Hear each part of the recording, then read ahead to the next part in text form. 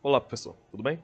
Meu nome é João Batista e essa aqui é a minha tentativa de resolução da questão bônus 3.2, que é a segunda questão bônus aí sobre o assunto de máquinas de Turing.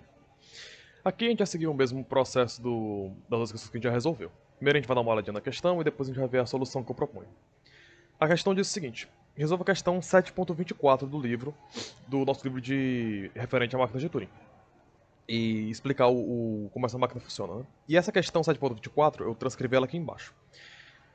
Uma máquina de Turing já foi nos dada que aceita a linguagem SS, de modo que S é qualquer combinação de letras A e B. Ou seja, em teoria, em prática, qualquer string que a gente consiga dividir ela no meio, e as duas partes que a gente dividiu são partes iguais, né? Deixando uma maneira menos formal, mais fácil de entender. Só que o problema é, a máquina de Turing que a gente viu, ela usa uma estratégia que ela converte os símbolos menores, né, o A minúsculo e o B minúsculo, para A's maiúsculos e B's maiúsculos, e usa isso como artifício para conseguir auxiliar a saber até onde ela já leu. E para isso, ela usa um alfabeto de fita maior do que esse alfabeto aqui. E o desafio dessa questão é justamente desenhar uma máquina de Turing que tenha o alfabeto de fita exatamente igual a esse, AB. Certo? Ou seja, eu só posso usar o A e o B minúsculos, eu não posso escrever A's e B's maiúsculos, e logicamente também posso usar o delta lá, que ele vai ser essencial para a gente conseguir escrever essa máquina, né? Como vai ser a minha estratégia? A minha estratégia vai ser basicamente o seguinte: se eu tenho uma palavra desse quesito, o que eu vou tentar fazer é dividir ela em duas partes iguais, como a gente realmente sabe. Então, se eu tenho AB, eu vou pegando cada uma dessas partes, dividindo elas em igual aqui, né? Separando com um delta. E, depois que eu separar isso com delta, eu vou ter algo parecido com... Eu tenho aqui o delta, eu tenho uma string x, eu tenho o delta, eu tenho uma string y e eu tenho outro delta. E aqui é um formato muito parecido com a máquina de Turing que a gente já viu, que é a máquina equal. Então o que eu vou fazer é simplesmente fazer uma versão da equal um pouquinho modificada, de modo que essa versão também não use nada que não esteja no nosso alfabeto de fita. Tá? Então, essa aqui é a minha estratégia que eu vou usar. Vamos ver como que eu construí o autômato, certo? Esse aqui é o autômato, ele ficou um pouco grande, mas ele pode ser otimizado, tem muitas partes que podem ser unidas em uma só. Mas eu acho que assim fica interessante para dividir e explicar um pouco melhor, certo? Começamos aqui no nosso estado Q0, padrão, ele vai ler o símbolo vazio. E eu tenho aqui dois caminhos, né, por assim dizer. Se ele encontrar um A pela primeira vez, o que ele vai fazer? Ele vai deletar esse A e ele vai inserir esse A depois, lá na frente. Como é que vai funcionar isso aqui? Deixa eu escrever aqui também, né? Se eu tenho algo do tipo AB, AB e um delta para sinalizar o fim da string, o que eu vou fazer é, li um A, beleza, então eu vou deletar esse A daqui, eu vou colocar esse A nesse ponto aqui, e eu vou colocar um delta aqui também para sinalizar o fim dessa string. E eu vou voltar e pegar a primeira letra aqui, que aparece logo depois desse delta. E eu vou jogar essa letra para cá. Quando eu faço isso, eu já tenho uma estrutura um pouco parecida do que eu quero chegar. Então o que eu vou fazer? Quando eu termino de pegar essa letra e colocar aqui, repete esse processo. Então o que vai acontecer agora? Eu vou pegar esse B, vou deletar o B daqui, vou colocar o B aqui nessa posição, eu vou inserir ele no final dessa sequência de caracteres.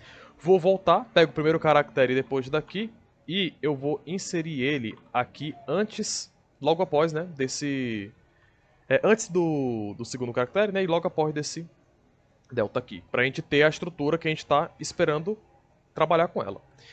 Então, esse caminho aqui é caso a gente viu o A, que a gente vai deletar o A, vai avançar um pouco, vai inserir o A depois, né? Depois a gente vai voltar um pouquinho, vai voltar antes do nosso delta. E dependendo se a gente viu um A ou um B, a gente vai seguir um caminho que vai deletar o A lá antes do meu delta, ou deletar o B e inserir ele depois no canto corretamente. Eu não vou entrar muito em detalhes na lógica disso aqui agora, porque eu acho que vai fazer mais sentido quando eu mostrar esse autômato não, desculpe. Mais uma vez, peço desculpas porque eu vivo confundindo os termos autômato e máquina de Turing. Eles são tão parecidos na minha cabeça que eu vivo confundindo. Quando a gente vê a máquina de Turing funcionando, vai ficar muito claro o que cada um desses aqui estão fazendo. E um cuidado que eu tive também foi garantir que todas as macros que a gente está usando aqui, nenhuma vai ultrapassar o alfabeto da fita que a gente está tendo. Então, o next blank, o delete, insert e o previous blank, eles não estão usando nada do que eu não posso usar, né? Que no caso seria o A maiúsculo, ou um B maiúsculo, ou qualquer outro caractere que não seja um A minúsculo, um B minúsculo ou um delta. Então esse foi um cuidado que eu tive na hora de separar e construir meu autômato. Enfim, uma vez que eu termino isso aqui, eu vou chegar num ponto parecido com esse aqui. Eu vou ter um delta do começo, vou ter outro delta aqui, aí eu vou ter a minha string x, um delta, minha string y e um delta para finalizar. Por quê? Sempre quando eu voltando no início aqui, o que está acontecendo, né? Eu vou estar parado aqui. Então, se eu ver um delta imediatamente após, significa que eu terminei de fazer esse processamento e eu posso agora começar a checar se as duas cadeias de caracteres são iguais.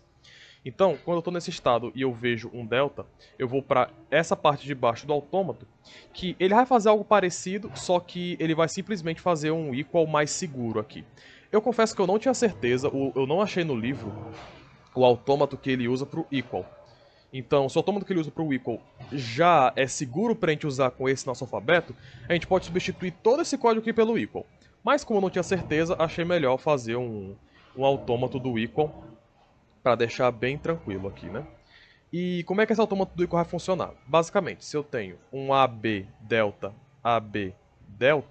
o que ele vai fazer é simplesmente deleta o primeiro caractere e lembra quem ele é. Lembra, logicamente, através de caminhos diferentes da nossa máquina de Turing. Quando eu deleto esse cara, eu vou para o meu próximo delta e eu vou deletar o primeiro cara também. Só que, lógico, se eu não conseguir deletar alguém daqui, ou o cara que eu vou deletar não é o mesmo que eu me lembrei, vai dar problema. E esse autômato já vai rejeitar a palavra como subproduto do rejeito desse nosso delete aqui. Certo? Então a gente não precisa se preocupar tanto com isso. Tá? Se algo der errado, como boa parte do nosso autômato, nossa máquina de Turing, perdoe, é composta por macros, as macros vão ter a responsabilidade de jogar fora, né? De dar o resultado negativo. Ok? Então, basicamente, é isso aqui que essa máquina de Turing tá fazendo. Quando ele termina, ele vai ler aqui o delta no final e ele vai para o estado de aceitação. Eu foquei aqui em focar realmente, ele vai aceitar, então vai para o estado de aceitação. Eu não foquei muito no que tá no fim da minha fita. Mas, se eu precisar escrever alguma coisa, basta concatenar aqui uma máquina de Turing para zerar tudo e escrever o que eu preciso escrever na minha fita. Tá bom? Vamos com um exemplo agora. O exemplo mais simples que eu consigo é esse ABAB, tá? Porque, opa, é assim. Ele é um exemplo bem tranquilo, ele não deixa nenhuma ponta solta da minha demonstração e ele mostra todos os caminhos que a gente possa fazer, né? E ele também não é complicado demais. Então vamos lá, eu vou denotar essa caixinha preta aqui para indicar onde está o meu cursor da fita. Tudo bem? Então a minha fita começa assim. Ele lê aqui o delta, vai para a direita, aqui para o A. Como ele está aqui no A, o que ele vai fazer agora simplesmente bom, eu estou aqui, vi um A, fico no meu lugar e faço o delete no A. Então esse A ele vai embora. O delete ele vai mandar o cursor para a casa seguinte, tá? E eu continuo. E aqui, o que ele já está fazendo aqui, né? Ah, vai pro próximo duas vezes, né? Então, next blank, ele vai para esse. E aqui ele tá mandando next blank de novo. Só que a gente tem que lembrar que tudo que tem depois da fita é blank. Então a gente vai colocar outro blank aqui do lado. E aqui ele vai dar um insert no A. Então, o que vai acontecer aqui é esse blank, é como se ele fosse um pouquinho para a esquerda, para eu inserir de novo o A que eu removi. Ok? Uma vez feita essa inserção, a gente vai para previous blank, então a gente vem para cá. Volta 1 com esse delta para a esquerda aqui. E aqui, dependendo do que eu li, eu vou seguir uma parte diferente, né? Aqui ele está lendo um B, então ele vai descer para esse caminho de baixo, né? Porque ele lê um B aqui. Ele deixa o cursor no lugar, deleta esse B. Quando ele deleta o B, vale lembrar que o cursor volta para cá. Vou para o meu próximo blank, que é para aqui.